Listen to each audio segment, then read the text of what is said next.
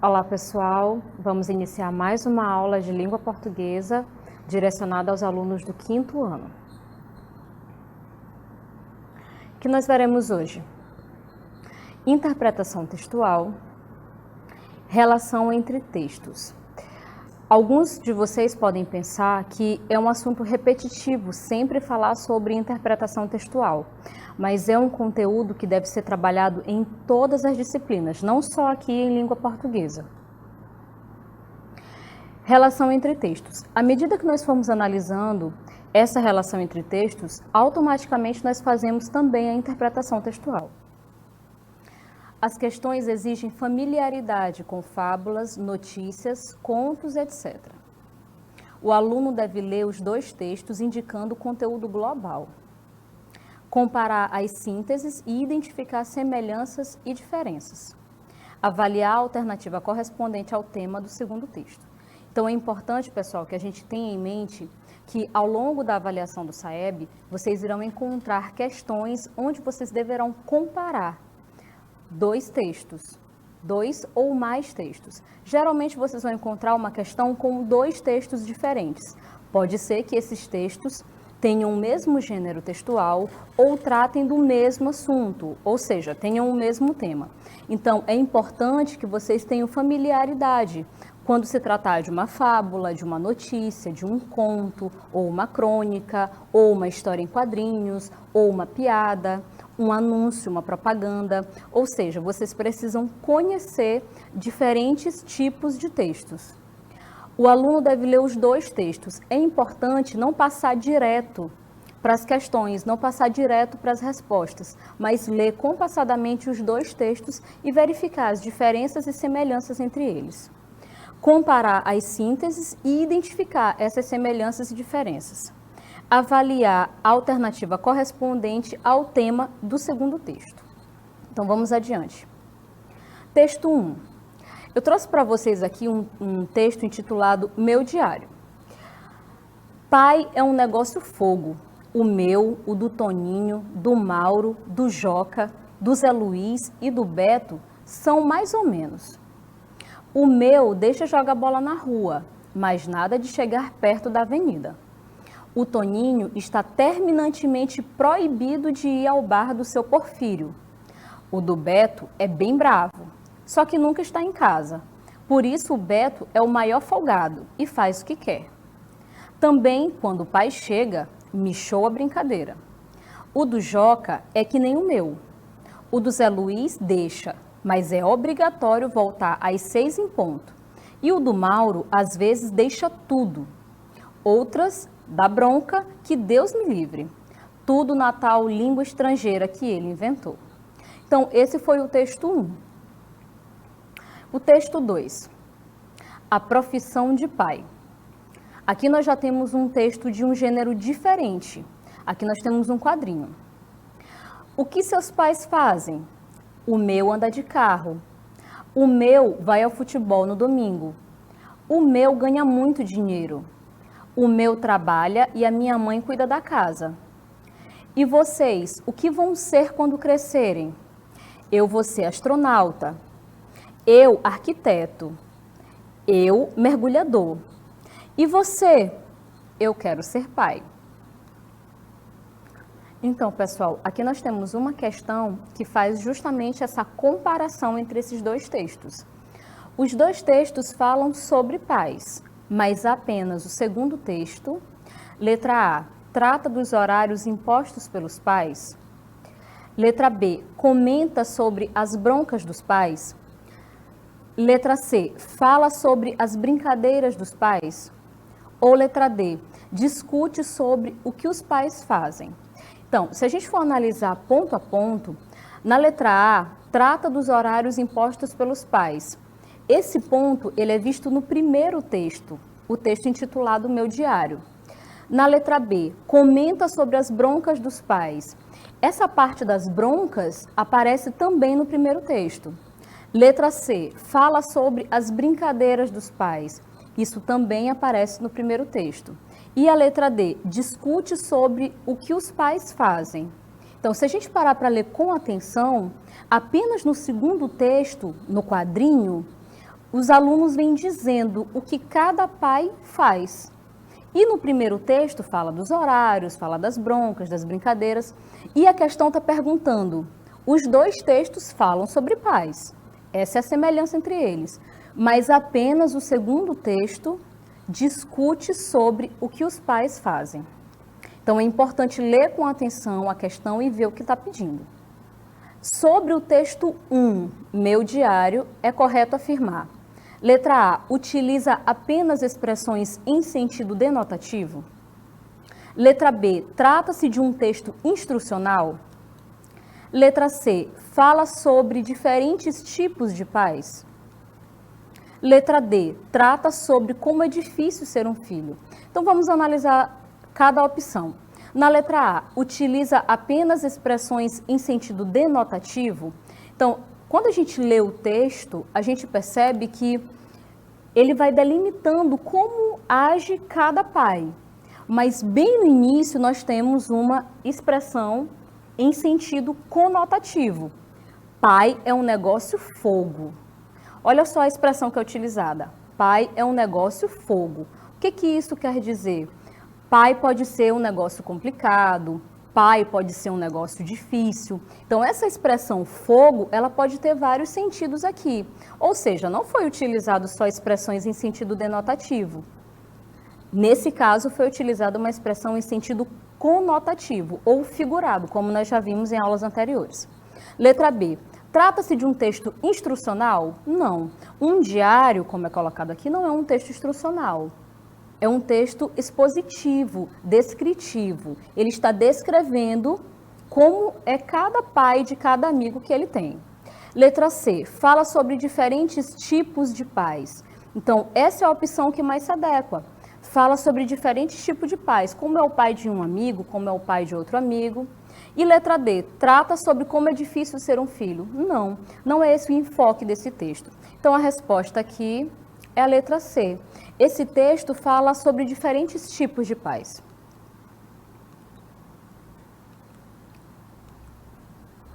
O meu ganha muito dinheiro.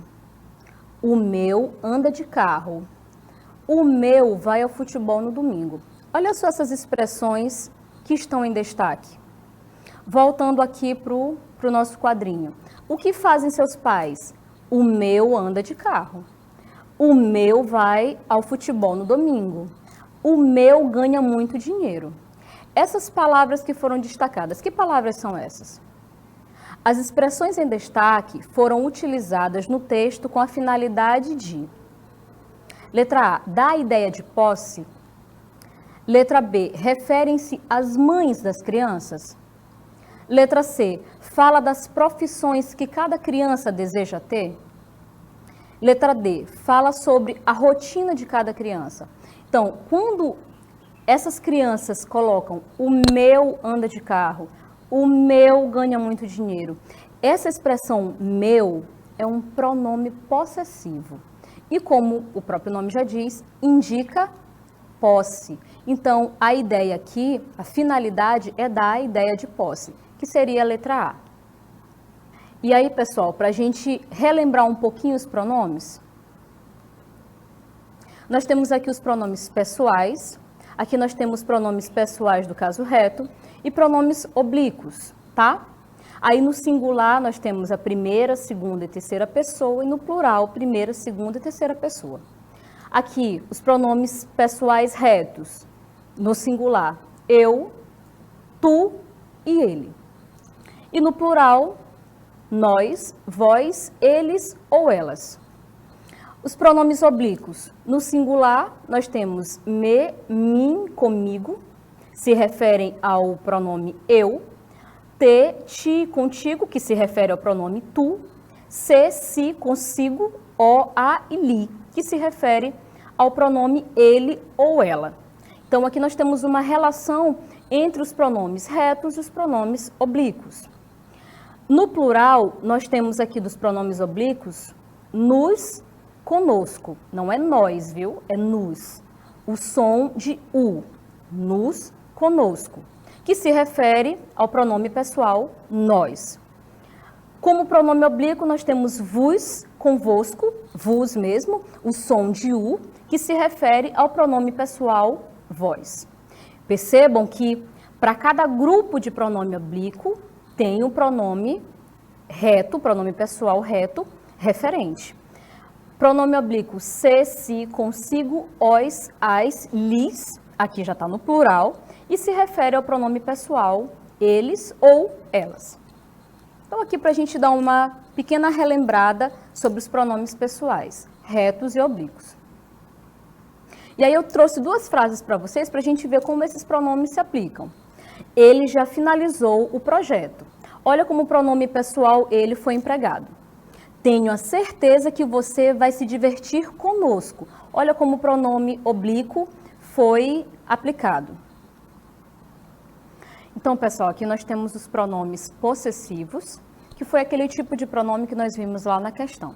Então, nós temos aqui dois gêneros, gênero masculino e gênero feminino, e nós temos também singular e plural. Então, vamos ver a diferença. Quando é apenas uma pessoa que está falando, no singular, no masculino vai ficar meu, teu e seu, e no plural, meus, teus e seus. Então, a diferença desse grupo de pronomes para esse é só o acréscimo da letra S. E aqui no feminino, quando é apenas uma pessoa, um possuidor, como está aqui no nosso quadro, nós temos minha, tua e sua, para o feminino, e no plural, minhas, tuas e suas. Do mesmo modo, a única diferença é o acréscimo da letra S para o plural. E quando se trata de várias pessoas, no singular, nós vamos colocar nosso, vosso e seu, e no plural, nossos, vossos e seus. Isso se tratando do masculino. E no feminino, quando se trata de várias pessoas, no singular nós temos nossa, vossa e sua, e no plural, nossas, vossas e suas. Então, a única variação do singular para o plural é apenas a quantidade de pessoas que estão falando e também o acréscimo do S no final de cada pronome. Então, aqui alguns exemplos para vocês, né? 3 exemplos de como esses pronomes são aplicados. Aquele computador é meu. Então, esse pronome meu se refere ao substantivo computador. Essas são minhas coisas. Aqui a gente já tem o plural feminino. Nosso avô ficou doente e precisou ir ao hospital. Então, nosso vai se relacionar, vai concordar com o substantivo avô. Então, perceba que aqui é como se fosse mais de uma pessoa falando. Nas duas outras opções, é como se fosse apenas uma pessoa falando.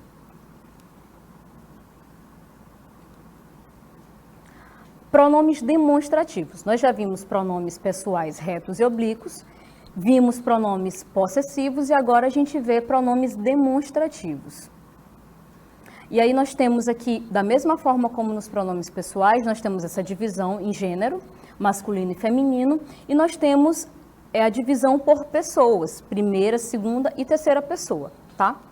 Qual é a diferença aqui dos pronomes demonstrativos? Nós temos a parte dos pronomes invariáveis, ou seja, eles não vão variar nem de gênero, não tem essa diferença de feminino ou masculino, e nem de número, não tem a diferença entre singular ou plural. Então, nós temos aqui, no masculino, no singular nós temos este, no plural nós temos estes, segunda pessoa, esse ou esses, no plural. Terceira pessoa, aquele ou aqueles. No feminino, primeira pessoa, esta. No plural, estas. Segunda pessoa, essa ou essas. E terceira pessoa, nós temos aquela ou aquelas. Então, essas são as variações do masculino para o feminino, do singular para o plural. E aqui nos invariáveis nós temos em primeira pessoa isto, em segunda pessoa isso e em terceira pessoa aquilo. Aqui alguns exemplos para a gente observar como esses pronomes foram aplicados no texto. comprarei aquele carro. Então, esse pronome demonstrativo aquele dá a ideia de que esse objeto, que faz concordância com esse pronome, está distante de quem está falando. Comprarei aquele carro. Nós aplicamos este pronome demonstrativo sempre que o objeto ou a pessoa a que nos referimos estiver distante. Esta casa precisa de uma faxina. Esse pronome aqui está se referindo ao substantivo casa. Percebam que o pronome ele precisa concordar com o substantivo em gênero e grau. Vamos adiante. Pronomes de tratamento. Aqui nós temos alguns pronomes, os mais utilizados, né? E para quem esses pronomes são aplicados ou quando devem ser utilizados. Então, geralmente nós utilizamos a palavra você para um tratamento familiar ou com amigos, com pessoas mais próximas. Senhor ou senhora, quando nós estamos tratando com respeito alguém, geralmente nós fazemos assim com pessoas mais velhas ou com pessoas que já são casadas, senhoras casadas. Geralmente esse pronome senhor ou senhora é utilizado nessas circunstâncias, quando nós não conhecemos alguém, tratamos com respeito, ou quando é alguém mais velho do que nós utilizamos senhor ou senhora. Trata-se de um tratamento respeitoso. Senhorita. Esse pronome senhorita, ele não é tão utilizado, mas geralmente é indicado para mulheres que estão solteiras. Vossa Excelência é aplicado para altas autoridades. Então, você vai falar com um deputado, ou você vai falar com um juiz, ou você vai falar com um promotor, algo desse tipo. Então, você utiliza Excelência ou Vossa Excelência.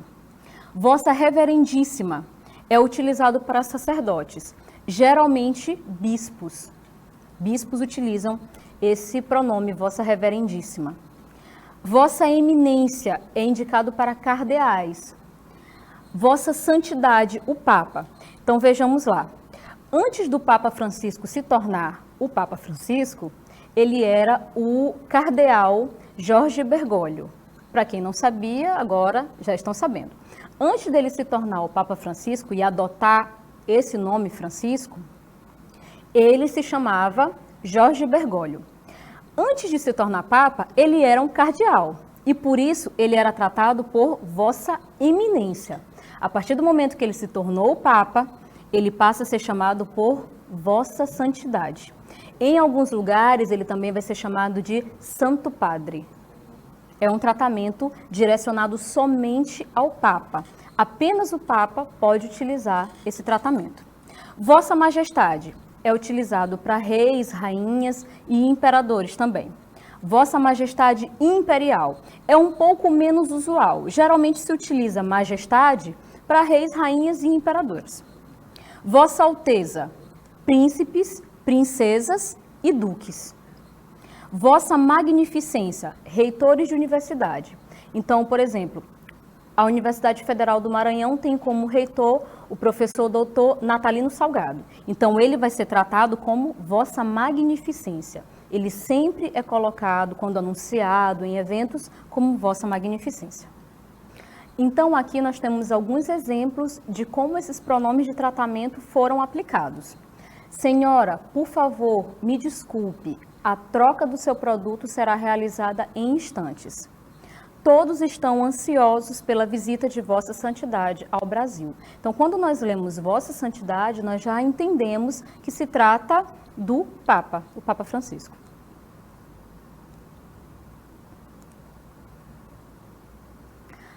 De acordo com a leitura do texto, é possível afirmar que a professora utiliza um tratamento formal com os alunos. As expressões você e vocês indicam um tratamento mais informal com os alunos. Letra C. O texto ao lado utiliza apenas linguagem verbal? Ou letra D. A professora não dá atenção a todos os alunos. Então vamos analisar aqui. A professora utiliza um tratamento formal com os alunos? Bom, a partir do momento em que ela trata os alunos por vocês ou você, como a gente pode perceber aqui, ó, e vocês, o que vão ser quando crescerem? E aqui no final, e você? Essas expressões indicam que essa professora não está utilizando um tratamento tão formal com os alunos. Na letra C, o texto ao lado utiliza apenas linguagem verbal. Não é verdade, porque nós estamos vendo aqui, ó, várias imagens que ilustram o diálogo dessa professora com esses alunos. Letra D, a professora não dá atenção a todos os alunos. Pelo contrário, ela se refere a todos os alunos. Até a aluna que não respondeu, ela pergunta no final. Então, a resposta correta seria a letra B. As expressões você e vocês indicam um tratamento mais informal com os alunos.